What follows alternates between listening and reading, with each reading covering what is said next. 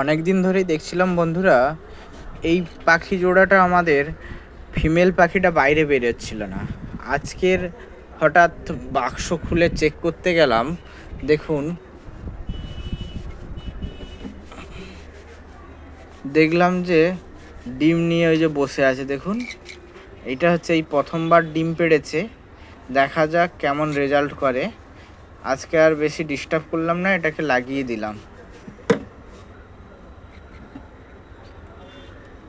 এখানে এই যে মেল পাখিটা বাইরে সবসময় বসে আছে, আর এরা দেখলাম একটা জিনিস, যেটা ডিম পাড়ার সময় হলে একদম বাইরেই বেরোয় না, এরা চুপচাপ ভেতরেই বসে থাকে সবসময়।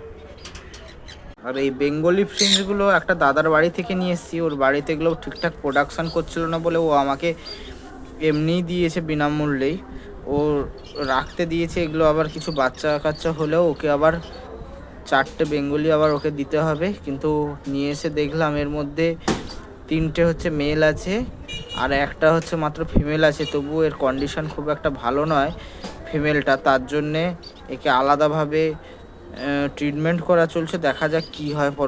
বন্ধুরা দেখুন, এই ইয়েলো সাইড কোনোটারও একটা পাখি বাইরে আছে আর একটা পাখি ভিতরে থাকছে অনেক দিন ধরে। এটা আজকে একটু দেখে নেব, এটার কি ব্যাপার আছে এর মধ্যে। দেখি একটু, সম্ভবত আশা করছি ডিম দিয়েছে। অনেক দিনই দেখা হয়নি বাক্সটা। দেখুন কি করছে, দেখি একটু। ওই দেখুন, ডিম নিয়ে বসে আছে অলরেডি। গোটা 3 ডিমই দেখা যাচ্ছে। দেখা যাক আর কটা ডিম পাড়ে, আর বাচ্চা টাচ্চা হয় নাকি বোঝা যাচ্ছে না এখন থেকে। পরে বুঝতে পারবো, পরে এর আপডেটগুলো দেব। এর বাক্সটার হচ্ছে একটু এই ক্লিপটার সমস্যা থাকার কারণে এটাকে এইভাবে তার দিয়ে আটকে দিতে হয়েছে। না হলে ওরা কি করে না, এই বাক্সটার গেট খুলে ফেলে ওরা সমস্ত নেস্টিং মেটেরিয়ালসগুলো বাইরে ফেলে দেয়, নিচের দিকে ফেলে দিয়েছে সব।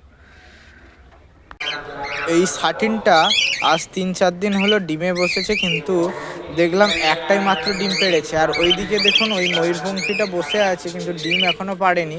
হয়তো বিড়ার মধ্যে হচ্ছে খড় দেওয়া হয়েছে বলে, খড় দেওয়া হয়নি এখনও, তাই জন্য হয়তো ডিম পাড়ছে না। দেখি কালকে খড় কুচিয়ে একটু দিয়ে দেবো। নিচে বসে গেছে, কি করে দেখা যাক। আর একটা জিনিস দেখুন বন্ধুরা, এখানে যে পায়রাটা ডিম পেড়েছিল তার আজকের হঠাৎ দেখলাম একটা মাত্র বাচ্চা আছে, আর একটা বাচ্চা কোথাও যে উধাও হয়ে গেছে সেটাই খুঁজে পাচ্ছি না। দিন ধরে একটা পায়রা খুঁজে পাচ্ছিলাম না, বুলি পায়রা যদিও বা দেশি পায়রা আমরা বলে থাকি। ওটা ছিল ক্রস পায়রা, সেটাকে দেখতে খুব সুন্দর ছিল, তাই জন্য খুঁজে পাচ্ছিলাম না। হঠাৎ একদিন এই ঘুঘু পাখির খাঁচার পাশে এসে দেখি যে হচ্ছে